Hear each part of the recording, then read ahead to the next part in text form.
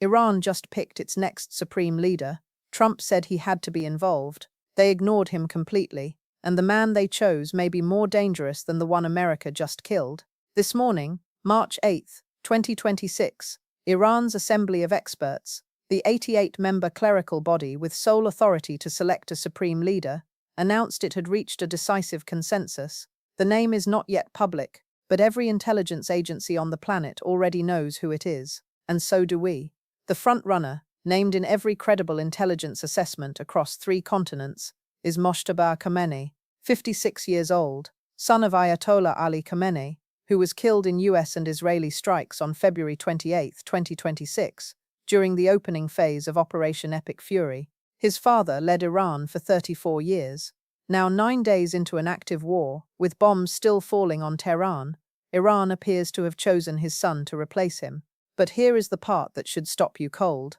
3 days ago, on March 5th, President Trump sat down with Axios and said this: "On the record, on camera, I have to be involved in the appointment." The sitting president of the United States publicly stated he must personally have a role in selecting the next supreme leader of a sovereign foreign nation, one his military is currently bombing. Iran's response came this morning, timed to the exact hour of the consensus announcement. The Islamic Republic does not recognize the right of any foreign power, particularly the aggressor, currently bombing our cities, to have any role in the internal affairs of our nation. Both statements, same hour. That is not coincidence. That is a direct message. If you want to understand where this war goes next, stay with me. And if this channel has been giving you the real picture on this story, hit subscribe now because the formal announcement is expected within hours, and we will cover it the moment it happens. Now here is what the headlines are not giving you enough space to understand. Al Jazeera reported this morning that the candidate was chosen based on instructions left by Khamenei Sr. before his death. His words: "The successor should be someone hated by the enemy, specifically hated by the United States and Israel." Read that carefully. The man who just died left a shortlist, and the #1 qualification was American hostility. ABC Australia, citing intelligence assessments, describes Mojtaba as holding views more extreme and more violent than his father. This is not a moderate stepping into a hardliner's shoes. Intelligence says the replacement is more dangerous than the man America killed. There is one more detail almost nobody is reporting. Wikipedia's real-time entry on the 2026 Iranian Supreme Leader election, updated by editors tracking official sources, notes this: Khamenei Sr. was reportedly deeply opposed to his own son taking the position. He didn't want his son to have this job, and yet the faction pushing Mojtaba's appointment won anyway. That tells you everything about which group just took control inside Iran. Not the pragmatists, not the negotiators, the faction that believes concession is defeat, and that Iran must fight until America retreats. Here is exactly what happened this morning. At 6:17 a.m. Eastern, Iran's state media interrupted regular programming. Assembly of Experts member Ayatollah Mohammad Medhi Mirbakeri appeared on screen and stated the body had reached what he called a decisive majority consensus. The word decisive was not in earlier statements. That word is diplomatic language for "the decision is made." By 7 a.m., intelligence officials in Brussels and Washington had independently confirmed the same information through separate channels. At 7:43 a.m., Trump posted on Truth Social, "Iran just picked a leader. Wrong choice. Should have listened to me. Very bad for Iran." That post went live before the official name was announced publicly.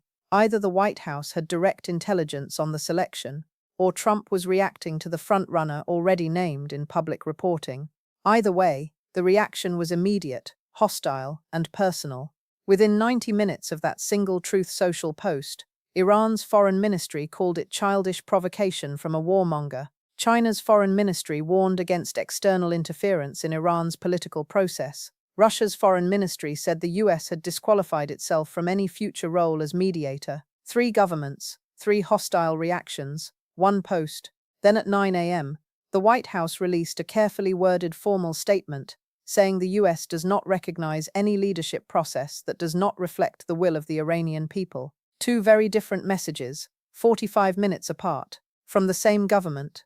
That gap between the Truth Social post and the official statement, that is the gap between impulse and strategy. And right now, That gap has consequences. To be straight with you, Trump's position is not without logic. The US is conducting active military operations inside Iran. Who leads Iran next directly affects whether this war has an exit or not. Trump's supporters argue his demand for involvement is not arrogance, it is leverage. Senator Tom Cotton said it plainly on Fox News Sunday. We're not going to spend American lives and money to put a copy of Khamenei back in power. That argument is not nothing, and the intelligence picture on Mojtaba is not clean. In 2003, American intelligence was similarly confident about Iraq's weapons programs. It was wrong. Critics argue Mojtaba, having lived through the destruction of this war firsthand, may prove more pragmatic than current assessments suggest. But here is what legal analysts across the political spectrum, left, right, and center, all agree on: a US president publicly demanding a role in selecting a foreign nation's head of state is without legal precedent. Jonathan Turley noted on Fox News this morning that it potentially complicates any future diplomatic settlement. When people with very different politics reach the same legal conclusion, that matters. Let's be direct about what this means outside the geopolitical discussion. This morning, Brent crude opened up $14.70 per barrel, an undicial percento spike in a single day.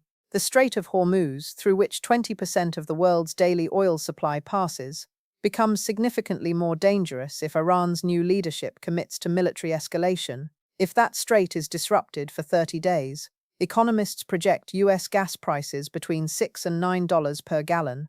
Your grocery bill, your heating, your transportation, all of it tied to what happens in the next 48 hours.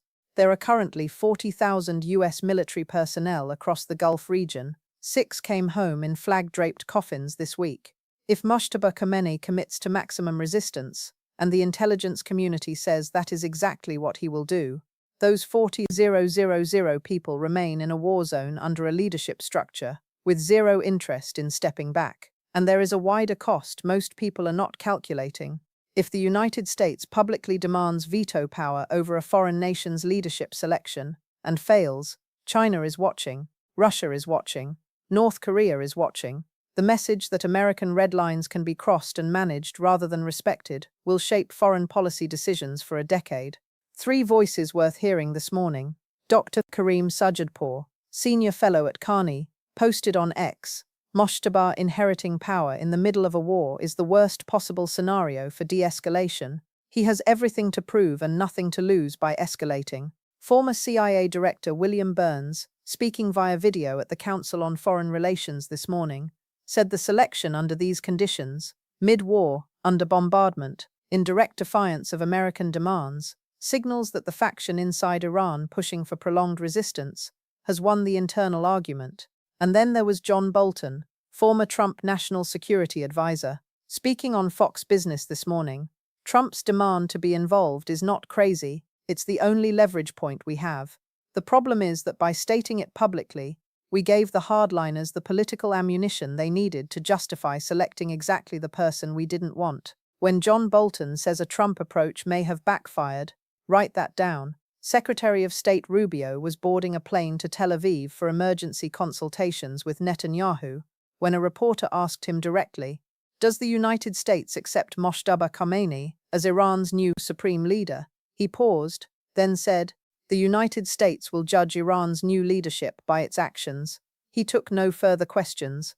That sentence is the most important diplomatic communication of the day. It is small, it is deliberately vague, but it is an off-ramp. If Mojtaba, once formally announced, signals any openness to negotiation, that sentence gives the US room to engage without reversing itself publicly. If he doesn't, the war continues. 4 things remain unclear right now. 1. The formal name has not been publicly announced. Every intelligence agency in the world is waiting. We will cover it the moment it drops. 2. Will Trump's public opposition to Mojtaba actually speed up his appointment? Bolton's comments suggest yes.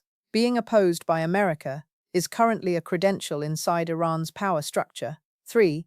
What is happening in back channels? Public statements and private negotiations are always different. The real red lines are not what is being said on camera. 4. What does Israel do next? Netanyahu's statement mirrored Rubio's language almost word for word. That coordination suggests a pause in public confrontation, but Israel has a documented history of acting independently when it believes the moment requires it.